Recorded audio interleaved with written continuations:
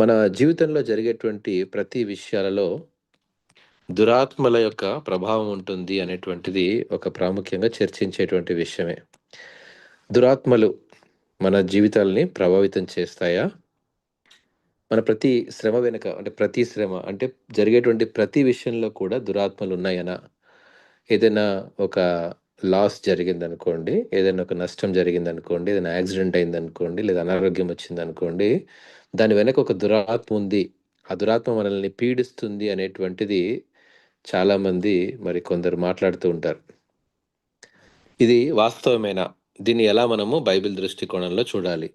ఇది మొదటి అంశము. రెండో అంశం ఏంటంటే, కొన్నిసార్లు మన జీవితంలో మరి కలిగేటువంటి కొన్ని సమస్యలు, చిన్న చిన్న సమస్యలు, మరి అనారోగ్యం సడెన్‌గా అనారోగ్య పరిస్థితి వస్తది. సడెన్‌గా జ్వరం వచ్చిందనుకోండి, అంటే ఏదో దురాత్మ ప్రవేశించిందనేటువంటి విషయాలు కొన్ని సేవకులు మాట్లాడుతుంటారు సంఘాలలో కూడా.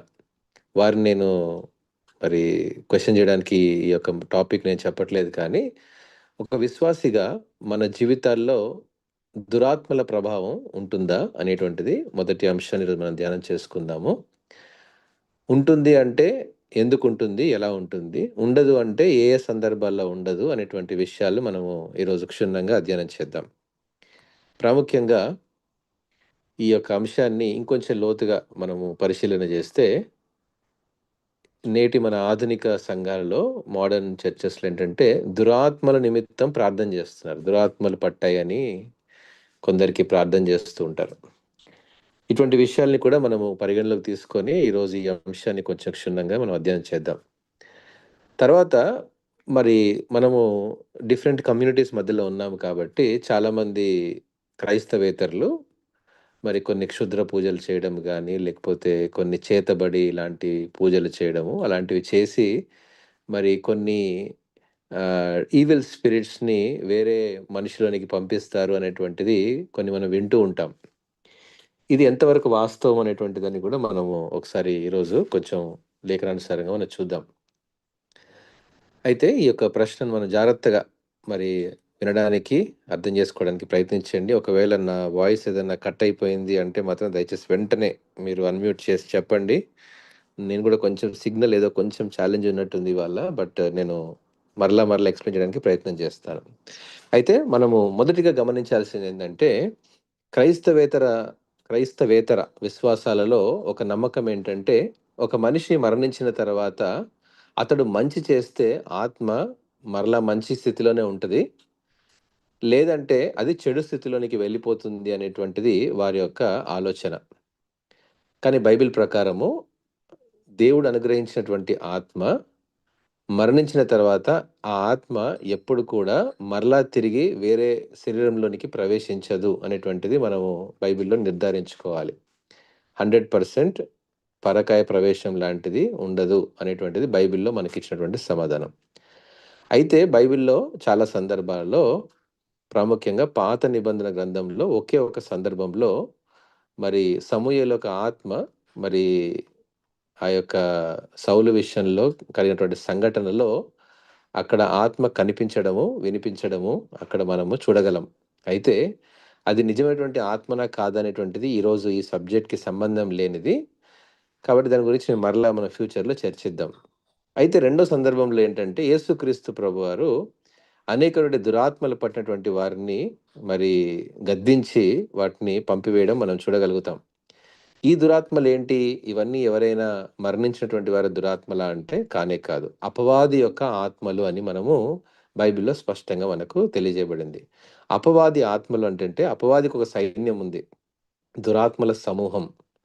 సేన అనేటువంటి దురాత్మల సమూహము. సేన అంటే కొన్ని వందల, వేల దురాత్మల సమూహాలన్నీ కలిసి అవన్నీ ముట్టడి చేస్తాయి మనుషుల్ని. ఇవి ఎలా ఉంటాయి? అవి ఏం చేస్తాయి? ఇవి ఎలా ఉంటాయి? అవి ఏం చేస్తాయి? అనేటువంటివి ఇవన్నీ కూడా కొన్ని రోజు మనము చాలా క్లుప్తంగా మనం ధ్యానం చేద్దాం. అదే రీతిగా ఈ రోజు ఉన్నటువంటి ఆధునిక వ్యవస్థలో మనం ఉన్నాం. ఇప్పుడు ఎవరైనా దయ్యాలు ఉన్నాయిరా అంటే ఎవడు నమ్మే పరిస్థితుల్లో లేరు కదండీ! కానీ ఉన్నాయా అంటే ఉన్నాయి. అవి దురాత్మలు. అవి ఎలా ఉంటాయి? అవి ఎలా మనల్ని ప్రభావితం చేస్తాయి? వాటి గురించి కూడా మనం కొంచెం స్టడీ చేద్దాం. అయితే మనం గుర్తుపెట్టుకోవాల్సిన విషయం ఏంటంటే, మన జీవితంలో జరిగేటువంటి ప్రతి సమస్య వెనక ఒక దురాత్మ ఉంది అనేటువంటి అపోహను మనం ఈరోజు తొలగించుకోవాలి. అన్ని విషయాల్లో దురాత్మలుండవు. కొన్ని విషయాల్లో మాత్రమే ఉంటాయి అని అపోస్తలుడైన పౌలు గూడా మనకు నేర్పించాడు. అయితే ఈ యొక్క ప్రశ్నను బహుశా మీకందరికి ఒక కాంటెక్స్ట్ అర్థమైందని అనుకుంటున్నాను. మరి ఎందరైతే మరి ఇంతవరకు జాయిన్ అయ్యారో బహుశా ఒక 13 మెంబర్స్ జాయిన్ అయ్యారంటే బహుశా చాలా మంది వచ్చున్నారని అనుకుంటున్నాను నేను. మరలా చెప్తున్నాను చూడండి, మన ప్రశ్న ఏంటంటే ప్రతి శ్రమ వెనుక, ప్రతి కష్టం వెనుక, ప్రతి ఒక్క సందర్భం వెనుక ఒక దురాత్మల ప్రభావం ఉంటుంది మన జీవితంలో. అది ప్రభావితం చేస్తుంది అనేటువంటి ప్రశ్నను ఈరోజు మనము క్షుణ్ణంగా అధ్యయనం చేయబోతున్నాం. అయితే 2 ప్రాముఖ్యమైనటువంటి అనుభవాలు ప్రతి విశ్వాస జీవితంలో ఉంటాయి. ఒక ప్రాముఖ్యమైన అనుభవం ఏంటంటే ఎఫెసీయులకు రాసిన పత్రిక 6వ అధ్యాయంలో అపోస్తలుడైన పౌలు మనకు జ్ఞాపకం చేస్తూ అంటాడు. ఎఫెసీయులకు రాసిన పత్రిక 6వ అధ్యాయము 11వ వచనం. మనందరికీ తెలుసు స్పిరిచువల్ వార్‌ఫేర్. మనము పోరాడేది ప్రస్తుత సంబంధంతో కాదు, దురాత్మలతో మనము పోరాడుతున్నాము అనేటువంటి విషయాన్ని అపోస్తలుడైన పౌలు జ్ఞాపకం చేస్తాడు. ఇది అపవాది తంత్రములను ఎదిరించేటువంటి శక్తిని మనం పొందుకోవాలి అంటే దేవుడిచ్చేటువంటి సర్వాంగ కవచనాన్ని మనం ధరించుకోవాలి. దీని అర్థం ఏంటంటే స్పిరిచువల్ వార్‌ఫేర్, ఆత్మీయ యుద్ధం. ఆత్మీయ యుద్ధంలో ఏ రకాల యుద్ధం చేస్తున్నామో మనకు వివరణ ఇవ్వలేదు పౌలు. ఎలాంటి ఆత్మలతో యుద్ధం చేస్తున్నామో చెప్పలేదు. ఆత్మతో మనల్ని పోరాడమన్నాడు. దురాత్మలు అన్నాడు అంతే. దురాత్మల్లో ఉన్నటువంటి కేటగిరీస్ మనకు చెప్పలేదు. విభజన అందులో మనకి రాయబడలేదు బైబిల్‌లో. కొందరు ఏమంటారంటే నిద్రపోతున్నారంటే నిద్ర వచ్చేటువంటి దయ్యం పట్టింది వీళ్ళకి అంటారు. లేకపోతే బాగా తింటున్నాడనుకోండి, తిండిపోతు దయ్యం పట్టిందంటారు. అంటే ఏదో మాట వరుసకు చెప్తుంటారు. ఇది మనము ఆకతాయిగా పలికేటువంటి మాటలే. కానీ కొన్నుంటాయి. కొన్నేం చేస్తాయంటే, మీరు పేదవారిగా ఉన్నారు అంటే మీ వెనక ఏదో దురాత్మ ఉంది. మీరు మీ బిజినెస్‌లో లాస్ అవుతున్నారు అంటే మీ వెనక ఏదో దురాత్మ మిమ్మల్ని ప్రభావితం చేస్తుంది అని కొందరు భయపెడుతుంటారు. అటువంటి భయాలకు మనం ఎప్పుడు కూడా లొంగకూడదని మనం జ్ఞాపకం చేసుకోవాలి. ఎందుకంటే పౌలు స్పిరిచువల్ వార్‌ఫేర్, ఆత్మీయ యుద్ధం గురించి మాట్లాడుతూ అంటాడు. ఆత్మీయ పోరాటం గురించి మాట్లాడుతూ అంటాడు. మనం పోరాడేది శరీరులతో కాదు గానీ, ప్రధానులతోనూ, అధికారులతోనూ, ప్రస్తుత అంధకార సంబంధులకు లోకనాథులతోనూ, ఆకాశ మండలమందున్న దురాత్మల సమూహంతోనూ మనం పోరాడుతున్నాము. ఆకాశ మండలం ఉన్నటువంటి దురాత్మల సమూహము. అంటే ఇక్కడ మనం గమనించాల్సింది ఏంటంటే, ఇది మరి ఆత్మీయ యుద్ధాన్ని గురించినటువంటి విషయాలని బోధిస్తూ సాతానుంది, సాతాను నిజమే. సాతాను యొక్క దురాత్మలుండడం నిజమే. శోధనలు కూడా నిజమే. అది మనల్ని శోధిస్తది. వాడు శోధకుడు. వాడు శోధిస్తుంటాడు. ఎలా శోధిస్తాడు? అనేక సమస్యలు మన జీవితంలో ప్రవేశపెడతాడంటే కాదు. వాని యొక్క శోధన యొక్క స్థితులు ఎలా ఉంటాయంటే, వాడు అబద్ధానికి జనకుడు అని రాయబడింది. అపవాది అబద్ధానికి జనకుడు. అబద్ధమాడతాడు. మోసం చేస్తాడు. మనల్ని అనేకమైన మోసపూరితమైనటువంటి విషయాలు మన ముందుకు తీసుకొనొస్తాడు. ఒకవేళ మనము దేన్నైనా ఆశించేటువంటివి అంటే నేత్రాశ, శరీరాశ, జీవపుడంబం లాంటి యొక్క శోధనలు మన జీవితంలో ఎదురవుతాయి. అంతేకాదు కొన్నిసార్లు మన జీవితంలో సందర్భాల్లో భయాన్ని తీసుకొచ్చేటువంటి సందర్భాలు కూడా అపవాది చేసేటువంటి తంత్రాలే. కొన్ని ఆరోపణలు, నేరారోపణలు, నిందలు, అవమానాలు కూడా అపవాది యొక్క తంత్రాలే అని మనము గమనించుకోవాలి. ఇది బైబిల్ స్పష్టంగా మనకు జ్ఞాపకం చేస్తుంది. ఒక క్రైస్తవ జీవితం అనేటువంటిది సాదాసీదా జీవితం కాదు. ప్రతిరోజు ఆత్మీయ పోరాటం అని మనం మర్చిపోవద్దు. ఇది విశ్వాసికి మాత్రమే సంబంధించింది. అవిశ్వాసికి, నామకార్థ క్రైస్తవునికి ఇది అంత సంబంధించిన సబ్జెక్ట్ కానే కాదు. బలమైన విశ్వాసి, లోతైన విశ్వాసి, దేవునితో పెనవేసుకొని జీవించేటువంటి విశ్వాసి చేసేటువంటి ప్రతి ప్రార్థన వెనుక ఒక భయంకరమైనటువంటి ఆత్మీయ పోరాటం ఉంటుందని మనం మర్చిపోకూడదు. ఈ ఆత్మీయ పోరాటంలో అపవాది తంత్రాలు వేస్తాడు. అపవాది తన శక్తుల్ని, కుయుక్తుల్ని, పన్నాగాల్ని మన మీద వేస్తాడు. యోబు జీవితంలో జరిగింది కదా! దేవుని దగ్గరికి వెళ్లి, యోబుకు అన్నీ నువ్విచ్చావు, తీసివేసి చూడమని దేవుణ్ణే ప్రశ్నించింది అపవాది. ప్రకటన గ్రంథంలో మనం చదువుతుంటే వాడు మన గురించి పోయి చాడీలు చెప్తున్నాడంట ప్రతిరోజు పోయి. చూసావా ఆ సిస్టర్ గురించి చూసావా? నువ్వే అనవసరంగా సిలువలో నీ ప్రాణాన్ని అర్పించుకున్నావు. కానీ చూడు మరలా పాపం వైపు వెళ్ళిపోయింది అని దేవుణ్ణి ప్రతిరోజు ఇబ్బంది పెడుతుంటది. మన జీవితంలో ఈ ఆత్మీయ పోరాటం అనేటువంటిది ప్రతిరోజు జరిగేటువంటి క్రియ. ప్రతి విషయంలో జరుగుతది క్రియ. మన ఆలోచనలు, మన తలంపుల వెనక అపవాది తంత్రాలుంటాయి. అయితే ప్రాముఖ్యంగా గమనించండి. మన హృదయంలో ఏం ఆలోచిస్తున్నామో తప్ప అపవాదికి మిగతాదంతా తెలుసు. మరలా చెప్తాను గమనించండి. అపవాదికి తెలియంది ఒకటే ఒకటి. మన హృదయంలో ఏం ఆలోచిస్తున్నామో అదొక్కటే తెలీదు. అదొక్కటి దేవునికి మాత్రమే తెలుసు. మనం బయట మాట్లాడేటువంటి మాటలు, మన నడవడి, మన వైఖరి, మనం ఎవరి గురించైతే మనము సంభాషిస్తున్నామో ఇవన్నీ కూడా అపవాది దాని యొక్క కుయుక్తి పన్నాగాల వెనక, దాని తంత్రాల వెనక అవన్నీ గమనిస్తూనే ఉంటది. It understands the pattern of our life and cheats us. మనల్ని డిసీవ్ చేయడానికి ప్రయత్నం చేస్తది. అలా అపవాది తంత్రాలు మన మీద జరుగుతూ ఉంటాయి. అందుకే అపోస్తలుడు పౌలు అంటున్నాడు, మనం పోరాటం చేస్తున్నాం. మన ఆత్మీయ పోరాటంలో మనం ఉన్నాం.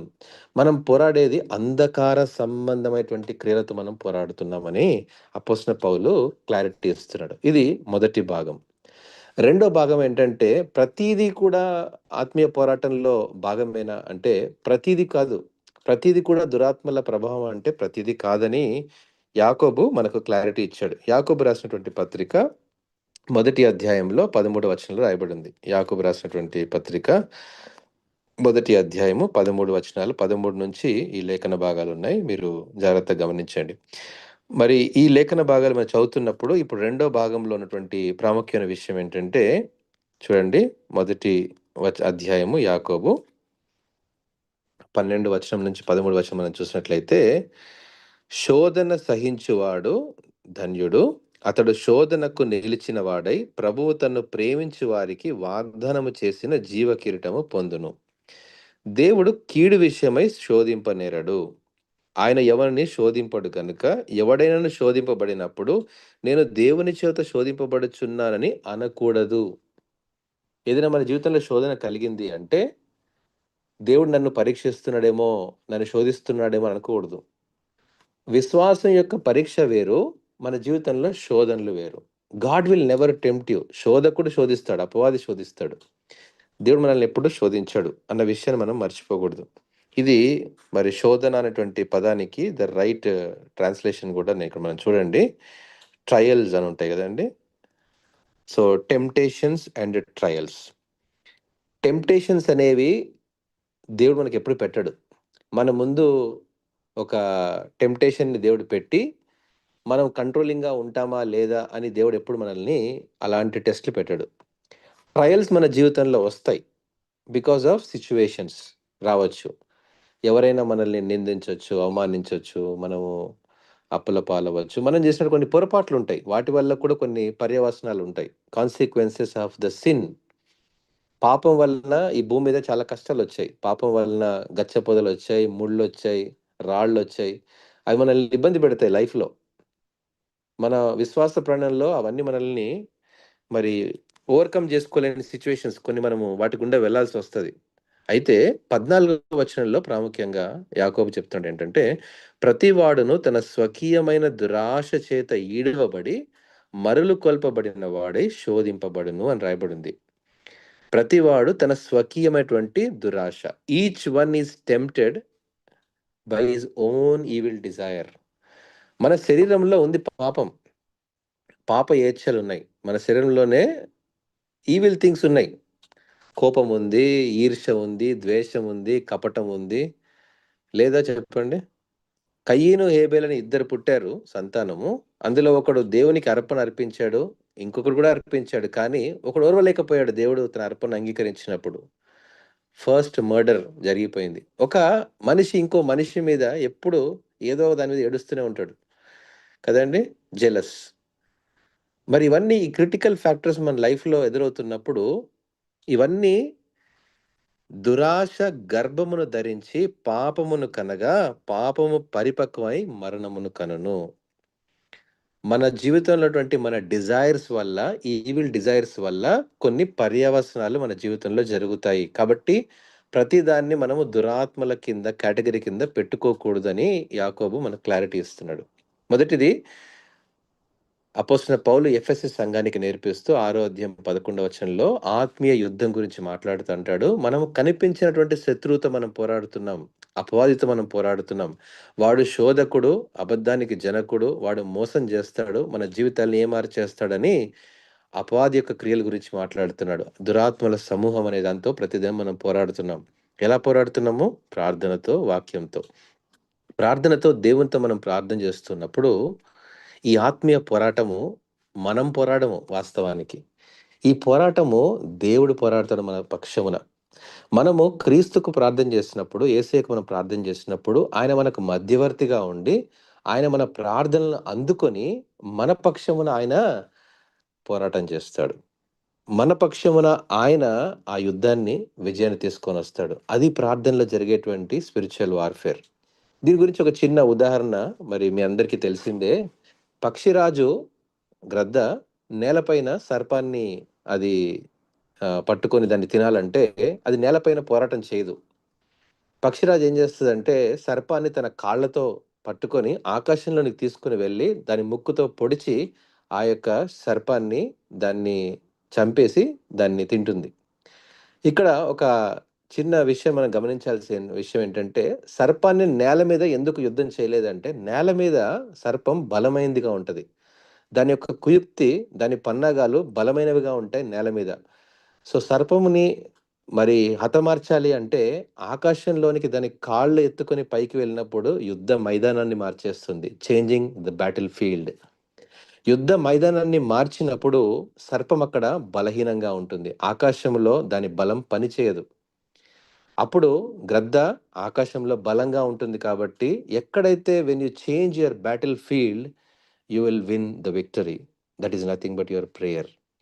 ప్రార్థనలో మనం విజయాన్ని సాధించాలి అంటే ప్రార్థనలో ప్రతిదీ దేవునికి మనం సమర్పించుకున్నప్పుడే ఎలాంటి దురాత్మలనైనా మనం పోరాడగలం. ఎందుకంటే ప్రార్థనలో దురాత్మలు బలహీనంగా ఉంటాయి. ప్రార్థనలో దురాత్మకు శక్తి ఉండదు. ప్రార్థనలో ఆత్మీయ పోరాటంలో దేవుడు మన పక్షమున పోరాడతాడు కాబట్టి ఇక మనము చేయాల్సినటువంటి పోరాటం దేవుడే మన పక్షమున విజయాన్ని సాధిస్తాడు. ఇది ఆత్మీయ పోరాటంలో ఉన్నటువంటి ఆత్మీయ సంగతులు ప్రియమైన బిడ్డలారా. కాబట్టి ప్రార్థన మీరు నిర్లక్ష్యం చేయొద్దు. దురాత్మలు ఉన్నాయనేటువంటి అపోహ పక్కన పెట్టండి. ఫస్ట్ వ్యక్తిగతంగా మనం ఏదైనా ఈవిల్ థాట్స్ మనలో ఉన్నాయేమో, దురాశలు మనలో ఏమైనా ఉన్నాయంటే వాటిని మనం విడిచిపెట్టి యేసుక్రీస్తు ప్రభులో కడగబడినటువంటి వారముగా రక్షణ పొందుకొని అడుగులు ముందుకు వేస్తున్నాం.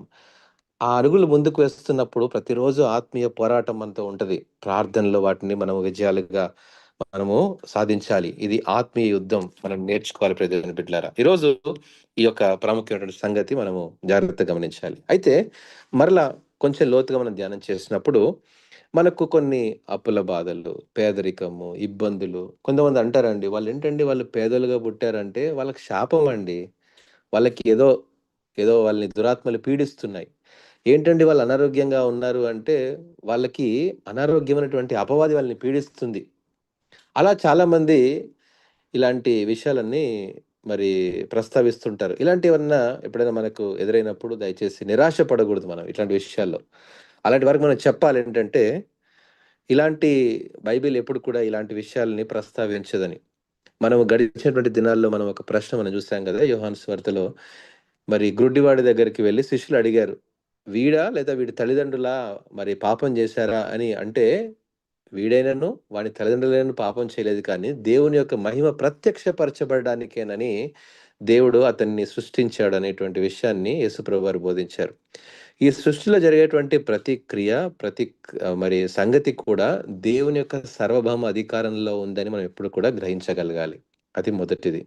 రెండవది మన జీవితంలో జరిగేటువంటి ప్రతి పర్యవసనాలు మన యొక్క వ్యక్తిగత స్థితిగతుల వల్ల జరిగినాయని మనం గమనించగలిగితే వాటి నుండి మనము పాప క్షమాపణ పొందగలిగితే అందులో విడుదల కలుగుతుంది. అది దేవుడు అనుమతించింది కాదు. దురాశ గర్భాన్ని ధరించింది అని మనం గ్రహించగలగాలి. మూడో ప్రాముఖ్యమైన విషయం మనం నేర్చుకున్నాం ఏంటంటే, జీవితంలో జరిగేటువంటి ప్రతి సందర్భాన్ని దేవుడు అనుమతించాడు అనుకోకూడదు. జీవితంలో జరిగేటువంటి ప్రతి సమస్య వెనుక దేవుడు ఉన్నాడులే, అందుకే నన్ను కష్టపెడుతున్నాడు, దేవుడు నన్ను పరీక్షిస్తున్నాడు అని అనుకోవద్దు అనేటువంటి విషయాన్ని యాకోబు మనకు క్లారిటీ ఇచ్చాడు. దురాశ గర్భాన్ని ధరించింది కాబట్టే ఆ యొక్క సంగతులు మన జీవితంలో జరిగాయి. మనము సరిగా లేకుండా మనం మన ఇష్టానుసారంగా జీవించి, నాకు అనారోగ్యం వచ్చింది అంటే దేవుడు దానికి జవాబుదారీ కాదు. మనమే దానికి క్షమాపణ పొందుకునేటువంటి వారంగా ఉండాలి. బాగా తాగి లివర్ పాడైందనుకోండి. బాగా తాగాడు, లివర్ పాడైపోయింది. పాస్టర్ గారు ప్రార్థన చేయాలిప్పుడు. ఏమని ప్రార్థన చేయాలంటే, లివర్‌ని స్వస్థపరచు ప్రభు అని ప్రార్థన చేయాలి. కానీ ఈ యొక్క లివర్ డ్యామేజ్ అయిపోయింది. బాగా తాగేసాడు. ఇప్పుడు పరిస్థితి ఏంటిది? ఇప్పుడు లివర్ స్వస్థత పరచు ప్రభు అని ప్రార్థన చేయడంలో మన ఉద్దేశ్యం ఏంటి? What we are expecting from God. అంటే నా ఇష్టానుసారంగా నేను జీవిస్తాను ప్రభువా, నువ్వు నన్ను హీల్ చేయాల్సిందే అనేటువంటి భావన కాదు గదా! ప్రియదేవుని బిడ్డలారా, ఈరోజు మనం గమనించాల్సిందేంటంటే, మనము కొన్ని పొరపాట్లు చేశాం లైఫ్‌లో. వాటికి పర్యవసానాలు అనుభవించాల్సిందే అంతే. వాటన్నిటి వెనక మనము దేవుని యొక్క కార్యాలు జరగట్లేదని దేవుని మీద నేరారోపణ వేయకూడదు. చాలామంది విశ్వాసాన్ని విడిచిపెట్టినటువంటి చాలామందున్నారు. అనేక సందర్భాలలో ప్రతి సందర్భాన్ని దురాత్మగా పరిగణించకూడదు అన్న విషయాన్ని మనం గ్రహించాలి. ఎందుకు పరిగణించకూడదో నేను ఒక ఉదాహరణ మీకు చెప్తాను. ఏదైనా ఒక ఆర్థిక సమస్యొచ్చింది, బిడ్డలు పుట్టని సమస్యొచ్చింది, లేదా వివాహం కావట్లేదు, లేదా అప్పుల బాధలొచ్చాయి. వీటిల్లో దీని వెనక ఒక దురాత్మల శక్తి ఉందని చెప్పి ఈరోజు చాలామంది ఒక బ్రేక్ త్రూ కోసము, ఒక డెలివరెన్స్ కోసము ప్రార్థన చేస్తున్నారు. There are many things that we have to understand. మన వ్యక్తిగత విశ్వాస జీవితంలో మనం మన జీవితంలో జరిగినటువంటి పొరపాట్లుండవచ్చు. వాటికున్న పర్యవసనాలుంటాయి. ఉదాహరణకు ఒక ఇద్దరు వ్యక్తుల మధ్యలో సంభాషణ జరిగింది. ఒక వ్యక్తి మరో వ్యక్తి పైన నేరారోపణ చేశాడు. బూతు మాటలు మాట్లాడాడు ఫర్ ఎగ్జాంపుల్. అందరి ముందు అతన్ని అవమానపరిచాడు. ఇప్పుడు అవమానం పొందినటువంటి వ్యక్తి కొన్ని కుయుక్తి పన్నగలతో ఈ వ్యక్తిని ఏదో ఒకటి చెయ్యాలి. ఫిజికల్‌గా డ్యామేజ్ చేయకపోయినా అతన్ని మెంటల్‌గా హెరాస్ చేయాలనుకోని ఏదో ఒక కుయుక్తి ప్లానేసాడు. అలా కొన్ని రోజులు గడిచిన తర్వాత ఈ వ్యక్తి తను చేసిన పొరపాటును మర్చిపోయి తనకు కలిగేటువంటి పర్యవసనాల వల్ల కొన్ని అవమానాలు, కొన్ని నిందలు, మరి కొన్ని స్ట్రెస్ లైఫ్‌లో లేపోతే కొన్ని లాస్ లైఫ్‌లో జరిగింది. ఇప్పుడు ఈ యొక్క వ్యక్తి తన యొక్క పాస్ట్‌గా జరిగినటువంటి దాన్ని ఇవాల్యుయేట్ చేసుకునే సిట్యుయేషన్ తనకి. తను ఏ పొరపాటు చేశాడో తను గ్రహించాడు. ఎంతసేపు వాడే నన్ను అవమానించాడు, వాడే నన్ను నిందించాడనేటువంటి దాంట్లో ఇప్పుడు దేవుని దగ్గరికొచ్చి, నేను ఇన్ని కష్టాలు పడుతున్నాను. నాకు దురాత్మల ప్రభావం ఉంది. నన్ను కొన్ని అపవాదులు పీడిస్తున్నాయి అనేటువంటి దిశగా ఆ వ్యక్తి మరి కన్సిడర్ చేస్తాడు. ప్రియదేవుని బిడ్డలారా, ఇలాంటి సందర్భాలు ఎన్నో ఉంటాయి మన జీవితంలో. ప్రతి దాని వెనక దురాత్మ ఉందనుకోవడం పొరపాటే. ప్రతి దాని వెనక మన జ్ఞానంతో మనం వాటిని పరిశీలన చేసుకోవాలి. ప్రార్థనలో వాటిని పెట్టుకోవాలి. ఆత్మీయ పోరాటంలో వాటిపైన విజయాలు సాధించగలగాలి. Deliverance and breakthrough is only for some things, not for everything. ప్రతి దాంట్లో డెలివరెన్స్ కావాలనుకోవడం పొరపాటే. మన జీవితంలో కొన్ని పొరపాట్లున్నాయి. తాగి లివర్‌ని పాడు చేసుకున్నాం. ఇప్పుడు లివర్‌ని బ్రేక్ చేయడానికి డెలివరెన్స్ కావాలనుకోవడం పొరపాటు. మన జీవితంలో డ్రగ్స్‌తోని లోనైపోయి మన మెంటల్ స్టేట్‌ని పాడు చేసుకున్న తర్వాత, ఇప్పుడు వీడి యొక్క ఫిజికల్ స్టేట్ బాలేదు, వీడి వెనక దురాత్మలున్నాయనుకోవడం పొరపాటే. కాబట్టి కొందరు వాటిని బహుశా మీరందరికీ మంచి జ్ఞానం ఉంది కాబట్టి మీరు చెప్పగలుగుతారు. కానీ బహుశా చదువు లేదు. బహుశా కొన్ని విషయాలు తెలీదు సమాజంగా. మరి వారందరినీ ఈరోజు దురాత్మలు పట్టి పీడిస్తున్నాయి అనుకోవడం చాలా బాధాకరమైనటువంటి విషయంగా మనం పరిగణించాలి. వారికి మనం నేర్పించేటువంటి వారంగా ఉండాలి. అయితే ప్రాముఖ్యంగా గమనించండి. పశ్చాత్తాపం నుంచి తప్పించుకునేటువంటి మార్గాలు కూడా ఉంటాయి. ఎందుకంటే ఒకవేళ ఈ యొక్క దురాత్మలు పీడించబడుతున్నాయని చెప్పారనుకోండి ఎవరైనా, మనము పశ్చాత్తాపడం ఇంకా. మనం ఇంకా దేవుని దగ్గరికొచ్చి క్షమాపణ అడగం ఇంకా. దేవుడే నన్ను శోధిస్తున్నాడులే, దురాత్మలు విడిపోతే సరిపోతాయి, అన్నీ సెట్ అయిపోతాయి అనుకోని కొందరేం జేస్తారంటే, మరి బహుశా ప్రార్థనలు జరగకపోతే వారు క్షుద్ర పూజల వైపు వెళ్ళిపోతారు. చేతబడి వైపు వెళ్ళిపోతారు. అలాంటివి జరిగిన సందర్భాలు మరి మనం చాలా సార్లు చూస్తూ ఉంటాం. కాబట్టి ప్రియ దేవుని బిడ్డలారా, we have to evaluate everything carefully with the word of God. ప్రతిది కూడా వాక్యంతో మనము యాకోబు రాసిన పత్రికలో అంటాడు, ఒకటో అధ్యాయము అది 14 వచనంలో ఏమని రాసింది చూడండి. ప్రతివాడు తన స్వకీయమైన దురాశ చేత ఈడవబడి మరలు కొల్పబడిన వాడై శోధింపబడును. Each one is tempted when by his own evil desire and he is dragged away and enticed. ఈరోజు మనలో మన స్వకీయ దురాశల చొప్పున మనము మరి అది కోపం గావచ్చు, కామం గావచ్చు, ఇట్ కుడ్ బి అలసిపోయిన స్థితి గావచ్చు, మన బద్ధకం గావచ్చు, మనలో ఉన్నటువంటి అస్థిరత్వం గావచ్చు, మనలో ఉన్నటువంటి కొన్ని ఈర్ష్య గావచ్చు. ఇవన్నీ కొన్ని పర్యవసనాలు మన జీవితంలో తీసుకొనొచ్చాయి. వాటి వెనక దురాత్మలు లేవు, మన దురాశలే ఉన్నాయనే సంగతిని మనం మర్చిపోవద్దు. ఇది మనము ఒకవేళ సేవకులు మన గ్రూప్‌లో ఉన్నట్లయితే, మనం ఇతరులకు కరెక్ట్‌గా ఎక్స్‌ప్లెయిన్ చేయగలగాలి. ఏదైనా ఉందేమో నీ జీవితంలో సమస్య, దేవుని దగ్గరకొచ్చి క్షమాపణ పొందుకో అని చెప్పాలి. కొన్నిసార్లు సమస్యలు మన సాధారణ జీవితంలో యొక్క భాగం, ప్రియ దేవుని బిడ్డలారా. బిల్లీ గ్రహం గారే ప్రోస్టేట్ క్యాన్సర్‌తో ఆయన ఆఖరి దినాల్లో మరణించారు. క్యాన్సర్ రావడము ఏమి దురాత్మల ప్రభావం కాదు. మరి ఎలీషా మరణకరమైన రోగం వచ్చింది. అదేమి దురాత్మల ప్రభావం కాదు. ఎందరో విశ్వాసులు మరణ పడకల మీద అనారోగ్యాలతో మరణించారు. అనారోగ్యం దురాత్మల ప్రభావం కాదు. ప్రతిదాని కోసం బ్రేక్ త్రూ కోసం కాదు. ప్రతీది కూడా దేవునిలో మనము ఆయన చిత్తానుసారంగా నా జీవితంలో అనుమతించబడింది అని అనుకోవడం కూడా విశ్వాసంలో భాగమే అని గ్రహించగలగాలి. కొన్నిసార్లు అలసిపోతాం. కొన్నిసార్లు అనారోగ్యం రావచ్చు. కొన్నిసార్లు మనము చెడు నిర్ణయాలు తీసుకోవడం వల్ల కొన్ని ఫలితాలు మరి నెగెటివ్‌గా రావచ్చు మన లైఫ్‌లో. But still we have to remember in prayer. కొన్నిసార్లు భావోద్వేగాల్లో బలహీనత కూడా రావచ్చు. మన ఆలోచనలో కూడా మరి మనము తప్పుడు నిర్ణయాలు తీసుకున్న సందర్భాలలో మనము కొన్ని ఇష్యూస్ మనము ఫేస్ చేయవచ్చు. This is part of life అని మనము గుర్తుపెట్టుకోవాలి. కొన్నిసార్లు మనము ఆర్థికంగా అవివేక స్థితిలోకి రావచ్చు. ఓటీపీలు చెప్పొద్దండి అని ఎస్‌బీఐ వాళ్ళు మెసేజ్ పంపిస్తారు. బ్యాంక్ వాళ్ళు పంపిస్తారు. సడెన్‌గా ఎవడో ఒకడికి మనం ఓటీపీ చెప్పేసాం. డబ్బులు లాస్ అయిపోయింది. మరి ఇప్పుడు దేవుడు ఏం చేస్తాడు దానికి? మనము ఆర్థిక సందర్భాల్లో కూడా కొన్ని ఇలాంటి మిస్టేక్స్ మనం చేస్తాం. పలానా షాప్‌కెళ్తాము. రూ. 20కి అమ్ముతున్నారనుకోని మనము కొంటాము. ఇంటికి రాగానే అది పని చేయదు. తక్కువకి దొరికింది కదా అనుకోని మనము ఆశపడి కొనేసుకున్నాం. కానీ ఇంటికి రాగానే అది లాస్ అయిపోయింది. దాన్ని మనము దీని వెనక ఏదో ఉందనేటువంటి దాన్ని మనము నెగెటివ్‌గా దాన్ని థింక్ చేయకూడదు. వాటి విషయంలో మనము కొన్నిసార్లు ఏం చేయాలి? జ్ఞానం అవసరం. కొన్నిసార్లు క్రమశిక్షణ అవసరం లైఫ్‌లో. కొన్నిసార్లు విశ్రాంతి అవసరం. కొన్నిసార్లు ఇతరుల సలహా కూడా అవసరమే. కాబట్టి ఇలాంటి సందర్భాలలో మనము మన దైనందిన జీవితంలో ఉన్నటువంటి కొన్ని సందర్భాలను ఆత్మీయ స్థితిగతులతో మనము బేరీజు వేయకుండా, దైనందిన జీవితంలో ఏ జ్ఞానాన్నయితే పొందుకోవాలో, ఏ క్రమశిక్షణ మన జీవితానికి కావాలో, ఏ విశ్రాంతి, ఏ నెమ్మది మన జీవితంలో కావాలో వాటిని మనం పొందుకుంటూనే ఇతరులతో మంచి సలహాలు తీసుకొని, మంచి జ్ఞానంతో ఉన్నటువంటి వారి దగ్గర కొన్ని అనుభవాలు తీసుకొని, జీవితంలో నడుచుకోవడం కూడా మన జీవితంలో భాగమే అని గ్రహించగలగాలి. అంతేకాదు, నిజమైనటువంటి ఆత్మీయ యుద్ధం ఎలా ఉంటుంది అంటే ప్రియమైన బిడ్డలారా, గమనించండి.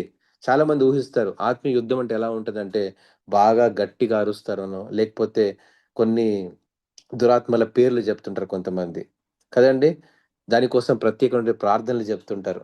దానికోసం కొన్ని డెలివరెన్స్ మీటింగ్స్ పెడుతుంటారు. మీకు దురాత్మల్ని మేము విడగొడతామని. ప్రియమైన బిడ్డలారా, ఆత్మీయ యుద్ధం ఎలా ఉంటది? Very simple. ఇందాక మీకు ఎక్స్‌ప్లెయిన్ చేసినటువంటి ఆత్మీయ పోరాటం ప్రార్థనలో జరుగుతది. ఇది సాధారణ విశ్వాసం యొక్క స్థితిగతులు, ప్రియమైన బిడ్డలారా. శోధనలో పవిత్రంగా జీవించడమే ఆత్మీయ యుద్ధం. శోధన మన ముందున్నప్పుడు, టెంప్టేషన్ మన ముందున్నప్పుడు దాని నుంచి పారిపోయాడు యోసేపు. అది ఆత్మీయ యుద్ధం. గుర్తుపెట్టుకోవాలి. ఆత్మీయ యుద్ధం అంటే ఏదో పెద్ద పెద్దగా జరుగుద్దని అనుకోవద్దు.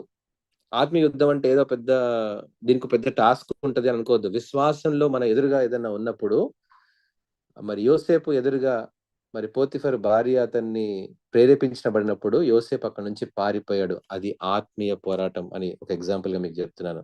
నిరుత్సాహంలో ఉన్నప్పుడు ఏం చేయాలి? ప్రార్థన చేయాలి. అది ఆత్మీయ పోరాటం. నిరుత్సాహంలో ఉన్నప్పుడు, నిరుత్సాహంలో డెసిషన్స్ తీసుకోవడం కంటే, ప్రేయర్ చేయడము ఈస్ ద అల్టిమేట్ సొల్యూషన్. అంతేకాదు, బాధల్లో ఉన్నప్పుడు, కష్టాల్లో ఉన్నప్పుడు, నిస్సహాయ స్థితిలో ఉన్నప్పుడు, విశ్వాసంలో పడిపోకుండా చూసుకోవడమే అంటే, దేవుడు యెహోవా ఈరే, యెహోవా చూచుకొనును అనేటువంటి విశ్వాస స్థిరత్వం కావాలి. ఇది ఆత్మీయ యుద్ధంలో భాగం. అంతేకాదు, ఒకవేళ అసత్యం మన జీవితాల్ని ప్రభావితం చేస్తున్నాయనుకోండి, మనం చేసిన పొరపాట్లు కావచ్చు. మనం వెంటనే ప్రార్థనలో ప్రభా నేనేదైనా పొరపాటు చేశానో నన్ను క్షమించు అనేటువంటిది కూడా ఆత్మీయ పోరాటంలో భాగమే. ఎప్పుడైతే క్షమాపణ అనేటువంటి దిశగా అడుగులు ముందుకు వేస్తామో, సత్యం మనల్ని సర్వసత్యంలోకి నడిపిస్తది. అది వెల్లడి చేస్తది. Yes, I have done some mistake. కాబట్టి మన యొక్క రుణాలను మనం క్షమించాలి అంటే, ఇతరుల రుణాలను కూడా క్షమించమనేటువంటి ప్రార్థన మనకు దేవుడు నేర్పించాడు. అంటే మన యొక్క పాపాల క్షమాపణ, ఎవరితోనైనా మనం ఇబ్బంది పెట్టామేమో, కష్టపెట్టామేమో, వాటి మీద వెంటనే క్షమాపణ అడగాలి. ఒకవేళ మన యొక్క అనారోగ్య పరిస్థితులు బహుశా మన యొక్క నిర్ణయాల వల్ల వచ్చాయేమో. వాటిని మీద మనము దేవుని దగ్గర క్షమాపణ పొందుకున్నప్పుడు, అందులో స్వస్థత పొందుకోకపోయినా విశ్వాసంలో బలాన్ని మనం పొందుకోగలం అన్న విషయాన్ని ఈరోజు నేర్చుకోవాలి. కాబట్టి ఈ అబద్ధాల మధ్య కూడా మోస మోసం చేసేటువంటి అపవాది యొక్క తంత్రాలని కూడా సత్యముతోనే మనము యుద్ధాన్ని జయించగలము. ఆర్డినరీ ఫెయిత్‌ఫుల్‌నెస్, నామకార్థ విశ్వాసం వారికి ఈ మాటలు మరి చెల్లవు. మరి ఇది అవసరం లేదు. ఆత్మీయ పోరాటం వారికెప్పుడు ఉండదు. ఎందుకంటే వారెప్పుడు కూడా అటు కొంచెం లోకంలో ఉంటారు. అటు కొంచెం దేవునితో ఉంటారు. కాబట్టి అటు లోకంలోకెళ్ళినప్పుడు అపవాది అనుకుంటాడు, "అరే! నా దగ్గరకొచ్చేసాడులే వీడు, నేను చూసుకుంటా కాసేపు" అనుకుంటాడు. కాసేపు దేవుని దగ్గరికెళ్ళినప్పుడు దేవుడేం పెద్ద పట్టించుకుంటాడు అనుకుంటున్నారా? ఏం పట్టించుకోడు. వాళ్ళ యొక్క ప్రార్థనలు ఎప్పుడు కూడా నెరవేర్చబడవు. వాళ్ళు ఆత్మీయంగా ఉన్నామనుకుంటారు. నామకార్థ విశ్వాసంలో ఆత్మీయ పోరాటాలు పనిచేయవు ప్రియమైన బిడ్డలారా. కేవలం విశ్వాసికి మాత్రమే ఆత్మీయ పోరాటాలుంటాయి. వీటన్నిటిని మనము స్టాండ్ ఫర్మ్, స్థిరంగా నిలబడి దుష్టుని ఎదిరించేటువంటి అంధకార సంబంధమైన చీకటి శక్తుల్ని మనము జయించేటువంటి వారంగా ఉండాలి.